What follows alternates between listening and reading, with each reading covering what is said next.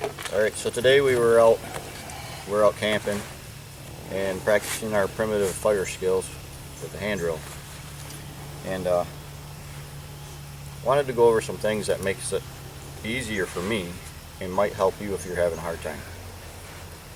First of all, I'm using mullen, and when I've made the mullen, I've made it about length from my wrist to my shoulder. I try to find something that is in between the thickness of my thumb and my pinky.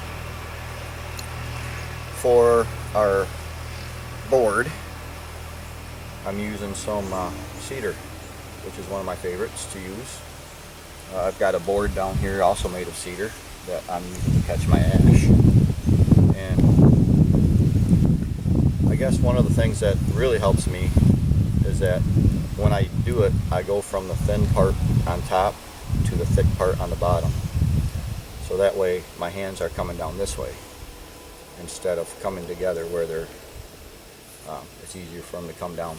Puts a little more resistance on it. Another thing is I've used just a little bit of sap from a white pine tree and just made it so it was tacky, not sticky, tacky. And that will also help me for my resistance for it sliding down. Now, one of the key parts about doing the hand drill is you want to make sure that your foot is relatively close to where you're going to be working. Not too close, but if you have it too far away, then as you go it might start vibrating. And if it starts vibrating, then that ash is able to work out underneath and it might actually put your ash out. So when I start, I like to start slow, and that is to just pretty much heat up the spindle and the board. Today I'm not really looking to start a fire, I just want to try to get a coal going. And then maybe at some other point we can look at starting a fire. So here we go, okay?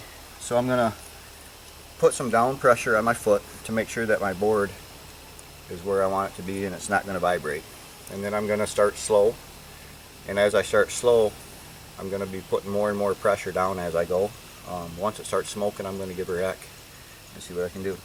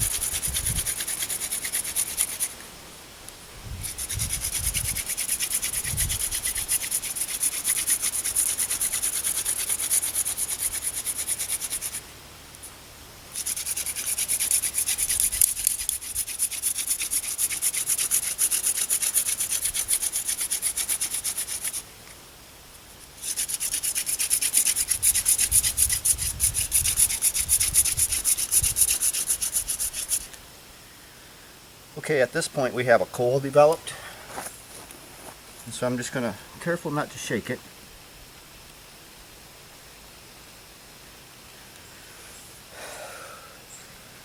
Now it's at this point that a lot of people get excited and try to take the coal and put it inside their tinder. Well, basically what you want to do is basically just let it burn for a minute. And there you go. That's how you make an ember.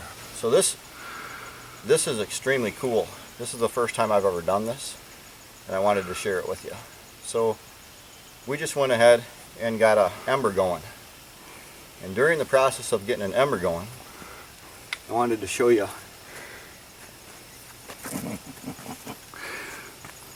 Actually, we started our board. And this is the first time that I've started the board. And so I just wanted to share that with you because it's like extremely cool.